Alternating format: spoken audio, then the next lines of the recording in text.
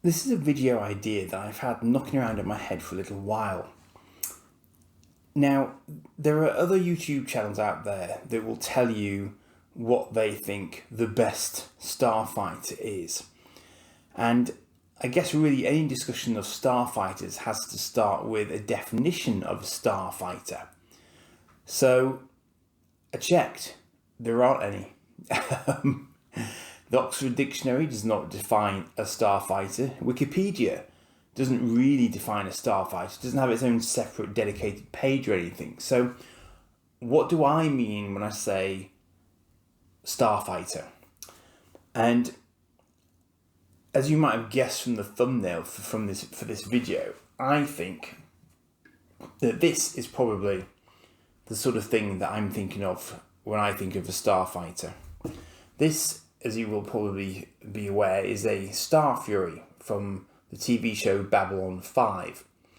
It launched from a station. It was not independently capable of faster than light travel. In terms of range, I'm actually not sure what its maximum range was. It had the ability to eject the pilot in case of difficulty. It had no other function other than to secure an area of space from enemy combatants. It didn't haul cargo, couldn't take passengers, it was a single man fighter. That's it. So, if I were to define a starfighter, I think it's a ship that is designed to fight solely in space, which might be slightly controversial, but it's a star fighter. That's kind of what it does. I think it's got to have a limitation on how long it can last by itself, whether that's in terms of fuel or life support. And I think it shouldn't be able to go faster than light without help.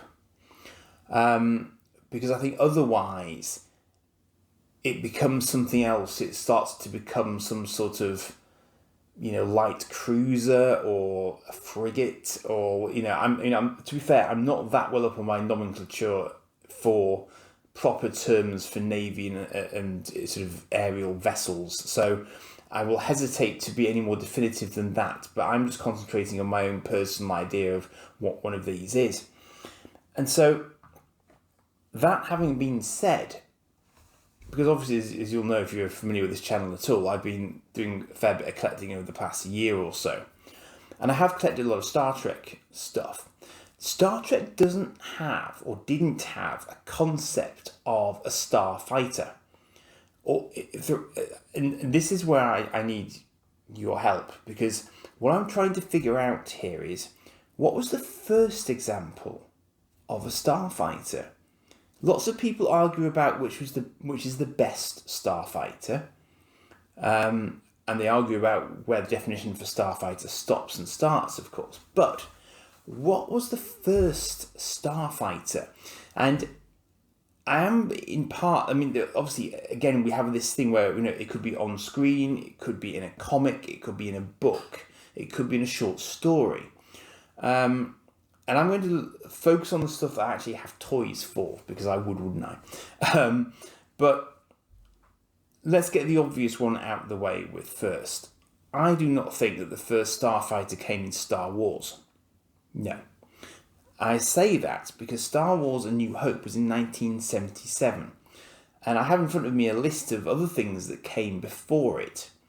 Now, I think that it popularised the term starfighter, because we had X-Wings, but they were hyperspace capable, so they could go FTL by themselves. They carried a droid, they had a little bit of luggage space. So again, sort of by my definition, is that a starfighter? Arguably not, actually. So, there are limitations even for the definition of one, from my point of view, in Star Wars. Let's go. And of course, we had the last Starfighter in 1984, but again, it's later, but B, was it a Starfighter, really? Two-man vessel. So I immediately rule it out because it was crewed by two. And it was a big gunship. it doesn't really strike me as being specifically designed for sort of. I mean, it's difficult to argue that it wasn't, because obviously it was the last Starfighter, but you get the idea is that you've got two distinct tactical roles in the cockpit rather than just one. So it's not like a fighter aircraft. We also have then, even earlier than Star Wars, we have Space 1999.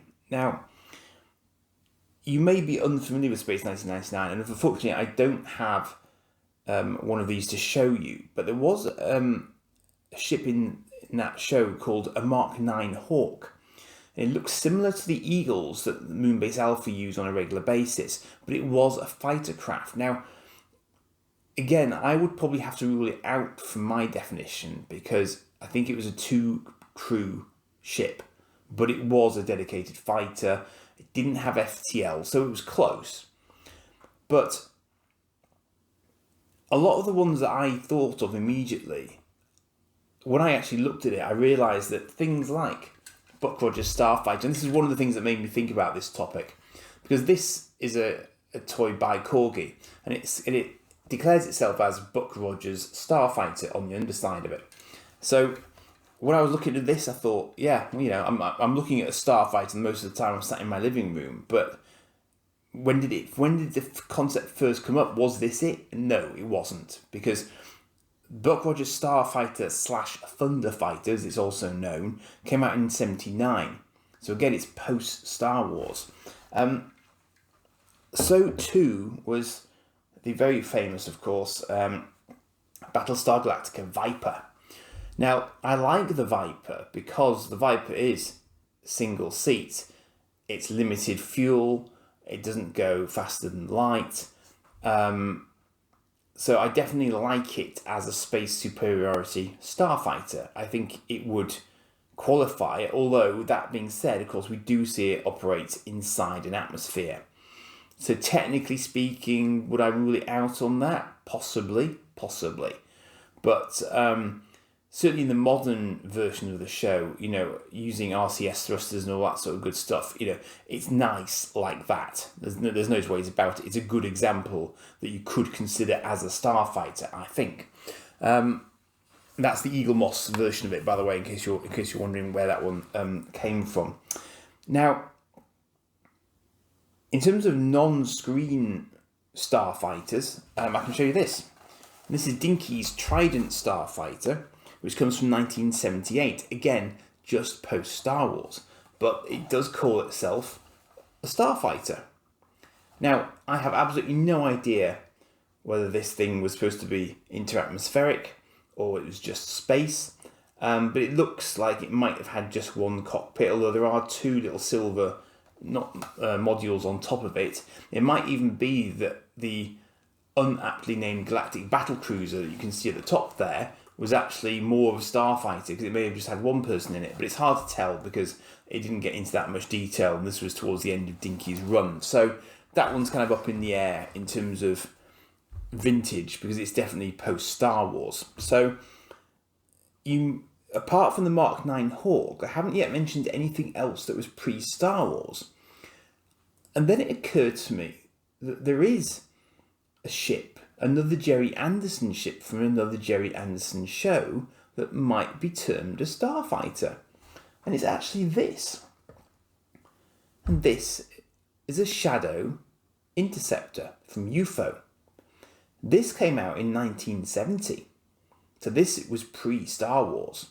This launched from a moon base, so limited range, doesn't have any wings, can't go in an atmosphere, it's purely designed for space combat. It only has one shot at space combat, however, because it's only got one missile to shoot at UFOs that are approaching Earth. So it's a one-shot wonder. But nevertheless, it is a one-man, single pilot ship, limited range, launches from the moon, can't go faster than light. So that is arguably a starfighter, I think. Now, in terms of the first use of the term starfighter, probably stems from this. This is not a starfighter, by my definition, but it is a starfighter. This is the F-104 Lockheed Starfighter, which was created in 1954. And it was fast. It was a Mach 2 fighter, one of the very early jet fighters. And it was known for being quite hard to fly at times. It was basically a missile with a man in it, largely. And this is actually a Matchbox model, if you're curious, a Skybuster, in fact. But this coined the phrase starfighter. Apparently, at the time, and this was down to Reddit telling me this. Apparently, Lockheed were calling a lot of their planes Star somethings at this point in time. So this may well be where Starfighter was just, sort of randomly assigned to it as a name. But that is where the term is most commonly found. Now, I say most commonly found. Obviously, again, Star Wars will appear in a lot of searches if you search for Starfighter, but so too will this. There is also an argument for an F-15 Eagle being termed a starfighter because apparently one was once equipped with a missile that was able to launch from the F-15 at extreme altitude and take out a satellite in orbit. But obviously the F-15 itself did not leave Earth's atmosphere, so that's borderline. So I still wasn't convinced, and I actually remain unconvinced. I've actually got an old Dan Dare annual that I want to have a look at, because I suspect that Dan Dare probably featured at some point a small one-man vessel that operated in space and was a starfighter, by my definition. I bet it did, but I haven't yet had a chance to do enough digging. And I kind of wanted to put this out to, obviously, the global wider audience, because somebody out there probably knows a definitive answer to this.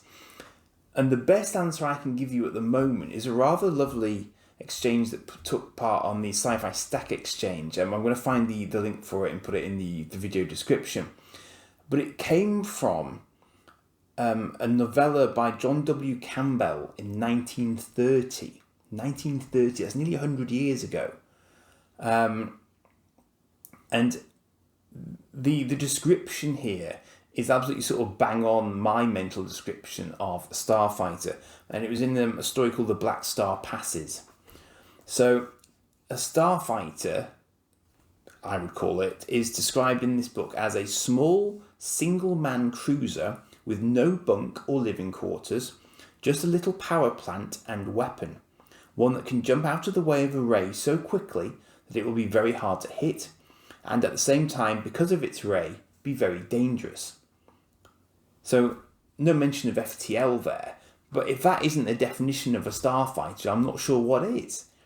Because I think that one of the reasons why we haven't really seen shed loads of starfighters conceptually is because you don't want to be in a starfighter in a space combat situation. Because if you have to eject, it's not like you can breathe space. You've got nothing to land on necessarily, and even if you did have something to land on, it might have an atmosphere that would burn you to a crisp before you got anywhere near the ground, because you're falling from orbit. So that's not a good thing. And, conceptually, the reason why Star Trek in the original series probably never mentioned them, I mean, it did have shuttles, don't forget. Shuttles were a thing in the original series of Star Trek, so ancillary craft were a thing. But you've got to have engines, you've got to have life support, which means heating and oxygen, potentially. You've got to have a means of propulsion, potentially ejection. You've got to have weaponry. And cramming all of that in a space environment, you've got to have sensors as well. Cramming all of that into a single compact form for a single person in a spaceship seemed like potentially quite a waste of resources, and quite wasteful of pilots as well, potentially, because if you can't recover them, if the mothership gets blown up or the base is destroyed, you've got loads of people floating about and they literally can't go anywhere else, potentially, because if they haven't got the range for it, they can't get back anywhere useful to be saved. So why would you put well-trained pilots into a situation where you might well lose them on a sort of fairly large basis. And there's no saying as well that the enemy wouldn't have some sort of area of effect weapon, which would be very, very effective in a space environment where you haven't got air to sort of dampen an explosion down. Anything you do will just kind of keep going. So even a sort of something that releases a cloud of shrapnel could be deadly in space if the ship isn't well enough armoured against it. So then you get into sort of, can they have shield generators and all that sort of good stuff. Now, the one advantage a Starfighter would have, of course, is its size. Because if you can shrink it down far enough, then it can probably go, relatively undetected. And if, as this little passage says, its weapon is good enough, then en masse they could inflict serious damage on a capital ship that's unable to defend itself against them. And we see that a lot in shows like Babylon 5 that use real-world physics for the Earth ships. We see sort of strafing runs being done where the ship can just sort of rotate on its axis and fire but keep moving in a different direction to where it's firing. Which, of course, in modern aircraft, generally speaking, you've got to be aiming your nose at where you want to hit. So your direction of travel is going to be in the direction of the target you're trying to hit. But in space, that doesn't have to be the case. So if you have any sort of definitive idea of the answer to this question, I would very much like to hear from you in the comments for obvious reasons, because I'd just love to know who came up with the first idea of Starfighter, because I don't think it ever gets covered. And for some reason, we just don't have a definition of Starfighter in the dictionary yet. Which, given the sort of the propagation of science fiction shows just recently, think about the Orville. The Orville introduced a one-man fighter later in its run. I'm not even going to attempt to cover all the different ones that you could think of. For me, there's Space Above and Beyond SA-43 had the Hammerhead, was a really good example of a space fighter, apart from the fact that it works in an atmosphere. So immediately it's a compromise. So, all of these things have ifs, buts, and maybes attached to them. But if you can find an earlier reference in 1930 that matches up to, something along those lines, that I would be fascinated to hear it. And I bet there could be in the sort of science fiction anthology magazines that were popular in that sort of time. I could imagine there was a short story out there where someone came up with it. But you'll notice that in that passage I've just read out, the term Starfighter is not used. So I wonder if the F-104 did actually coin the phrase Starfighter, or whether someone else had used it in a novel or novella or a short story before then. I don't know, even a radio play or something, I just don't know. But I was thinking about H.G. Wells and War of the Worlds, and there would never have been a reason for the term to be used, because obviously, although it's early science fiction, there wasn't any space combat in that book. And indeed, I don't know if there would have been in any of the really early books. Certainly when we get into sort of Asimov's sort of era, there might well have been. But again, the other thing I want to mention is, well, actually, the Buck Rogers serials, the black and white serialised storylines that I remember from being very little, I think they must have been on BBC Two at some point. The rocket ships, and it's similar to Flash Gordon as well in that time period as well, those rocket ships weren't single-man ships. So I did think about those, but I kind of ruled them out because I think they'd be more like the sort of larger cruisers.